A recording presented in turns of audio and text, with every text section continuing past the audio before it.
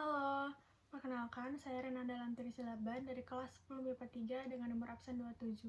Saat ini saya akan mempresentasikan tentang Kingdom Animalia. Berikut penjelasannya. Kingdom Animalia merupakan kingdom yang memiliki jumlah spesies paling banyak.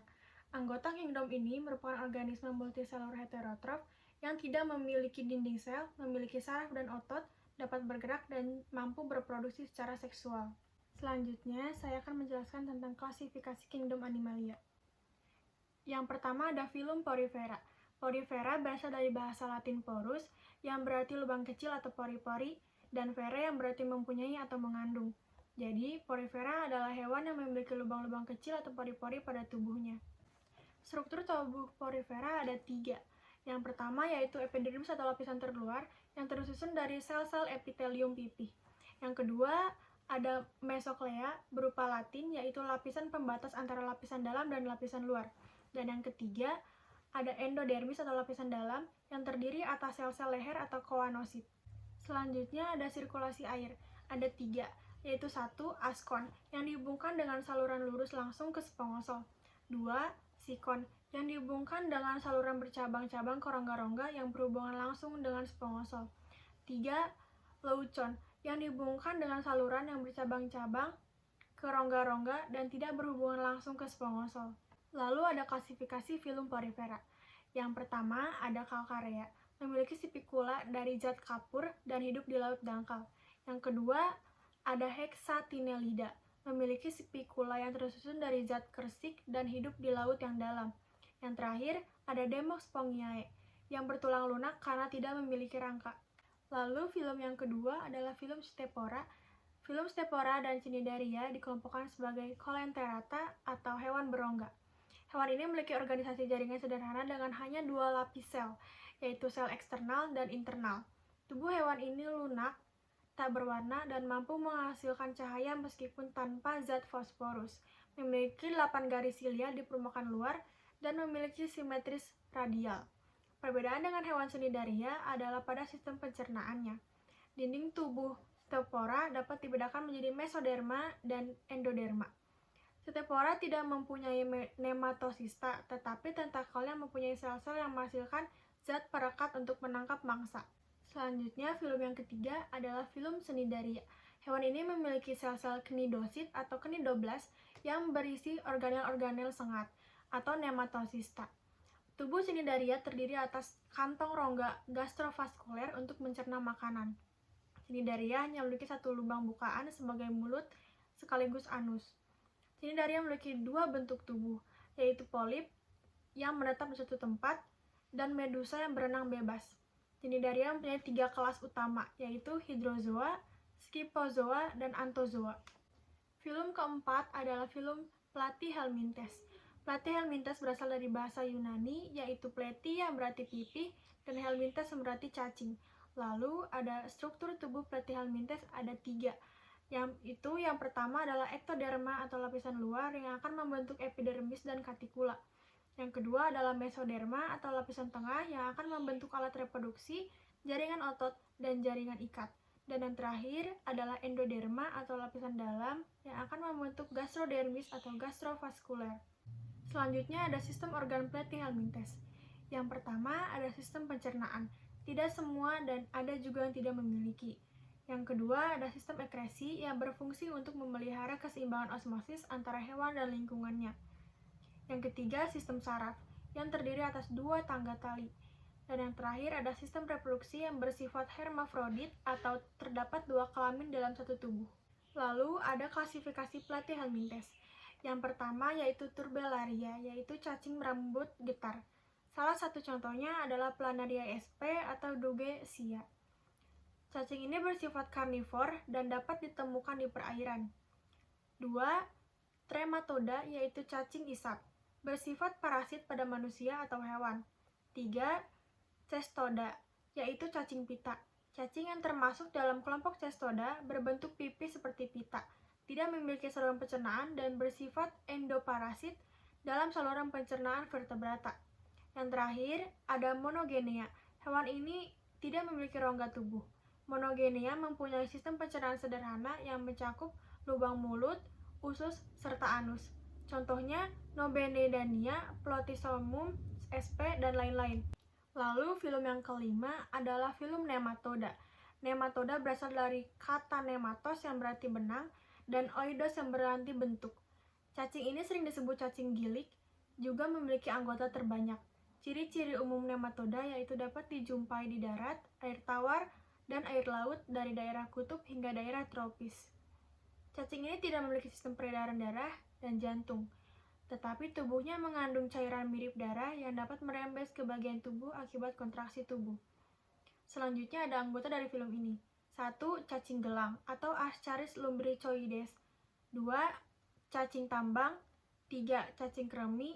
Dan yang terakhir adalah cacing filaria. Lalu film yang keenam adalah film Annelida. Annelida berasal dari kata annulus yang berarti cincin dan oidos yang berarti bentuk. Struktur tubuh Annelida adalah tubuhnya simetris bilateral dan dilapisi oleh cuticula. Memiliki alat reproduksi, alat ekskresi, otot, dan pembuluh darah. Terdiri atas 3 lapisan penyusun tubuh, yaitu endoderma, mesoderma, dan ektoderma.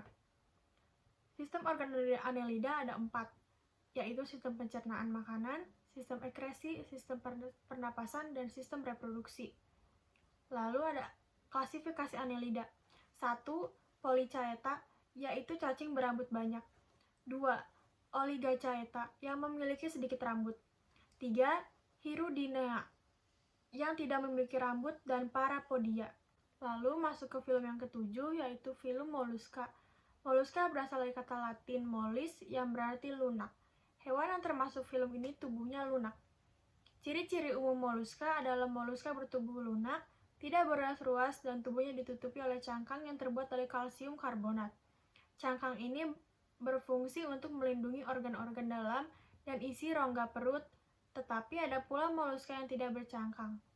Kaki Mollusca pipih, lebar, dan berotot. Pada umumnya, Mollusca hidup di laut. Simetris tubuhnya bilateral.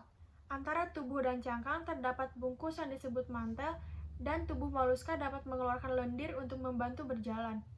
Lalu ada klasifikasi Mollusca. Ada 5, yaitu Placopora atau Amphineura, Scapoda atau siput gading gajah, Gastropoda, Cephalopoda, dan Plesiopoda. Lalu film yang ke-8 yaitu film Arthropoda. Arthropoda adalah hewan yang memiliki kaki beruas-ruas atau berbuku-buku. Ciri-ciri arthropoda adalah 1. Tubuhnya bilateral simetris. 2. Bersifat tripoblastik. 3. Tubuhnya bersegmen-segmen atau beruas-ruas. 4. Alat embelan berjumlah sepasang pada setiap segmen tubuhnya. 5. Mempunyai rangka luar dari tanduk atau kitin. 6. Sudah memiliki sistem tubuh seperti saraf, pencernaan, ekskresi, peredaran darah, dan indera. 7. Berkembang biak secara seksual dan aseksual, atau berkelamin terpisah dan pembuahan secara internal. Selanjutnya ada klasifikasi arthropoda. Yang pertama yaitu Crustacea, golongan udang-udangan. Kelas ini terdapat 2 tingkatan, yaitu tingkatan rendah dan tingkatan tinggi. Yang kedua yaitu Incesta, golongan serangga. Kelas ini dibagi menjadi 2, yaitu metamorfosis tidak sempurna dan metamorfosis sempurna. Yang ketiga yaitu Mriapoda, dan yang keempat yaitu Arachoidera. Lalu film yang ke-9 yaitu film Echinodermata. Echinodermata berasal dari bahasa Yunani, yaitu echinos yang berarti duri, derma yang berarti kulit. Jadi, Echinodermata berarti hewan yang kulitnya berduri. Hewan ini meliputi bintang laut, bintang ular, landak laut, lilia laut, dan mentimun laut.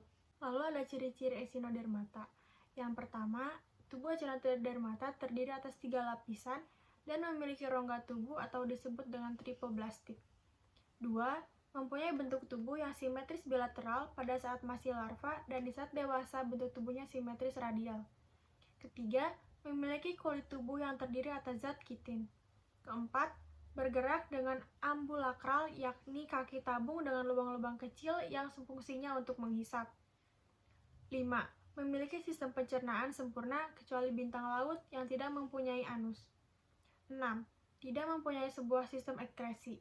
7. Perkembangbiakan secara seksual. 8. Pada permukaan tubuh terdiri atas tonjolan-tonjolan yang menyerupai duri. 9. Memiliki sebuah sistem tabung jaringan hidrolik. 10. Reproduksi Echinodermata. Echinodermata berkembang biak secara seksual, yakni hewan jantan dan betina yang melepaskan sel gametnya ke air laut, dan proses fertilisasi yang berlangsung secara eksternal di dalam air laut. Lalu ada klasifikasi Echinodermata. Berdasarkan bentuk tubuhnya, Echinodermata dibagi dalam 5 kelas, yaitu 1. Kelas Archoidea atau bintang laut, 2. Kelas Ophiurodia atau bintang ular, ketiga kelas Echinoidea atau landak laut, keempat ada Holoturoidea atau teripang laut atau timun laut, yang kelima ada Crinoidea atau lili laut. Lalu ada peran Echinodermata bagi kehidupan. Echinodermata merupakan detritivore atau pemakan detritus atau sisa organisme mati, baik sisa hewan maupun tumbuhan. Oleh karena itu, Echinodermata sangat berguna untuk membersihkan laut dari sampah organik yang dihasilkan oleh organisme mati. Lalu film yang ke-10 yaitu film Chordata. Chordata berasal dari bahasa Yunani yaitu chorde yang berarti dawai atau senar atau tali. Sesuai dengan namanya, anggota kelompok Chordata memiliki notochord atau chorda dorsalis memanjang sebagai kerangka sumbu tubuh. Animalia ini memiliki ciri-ciri multiseluler, heterotrof, eukariotik, dan tidak memiliki dinding sel. Lalu ada ciri-ciri Chordata. 1. Mempunyai notochord, yaitu satu tangkai pendukung atau semacam tulang rawan yang memanjang di bagian dorsal, tepatnya di bawah susunan saraf. Notochord berfungsi sebagai pendukung tubuh. Kedua, tali saraf dorsal atau nervochord adalah tabung yang berasal dari serat saraf yang berkembang menjadi sistem saraf pusat, yang terdiri dari otak dan sumsum tulang belakang dalam vertebrata. Ketiga, celah faring merupakan celah atau bukaan di faring atau daerah tepat di belakang mulut yang meluas ke lingkungan luar. Keempat, hewan-hewan ini sudah memiliki organ-organ pencernaan seperti mulut, faring, usus, dan anus. Kelima, ekor postanal merupakan perpanjangan posterior tubuh yang mengarah ke anus. Keenam, berkembang biak secara seksual dengan fertilisasi eksternal.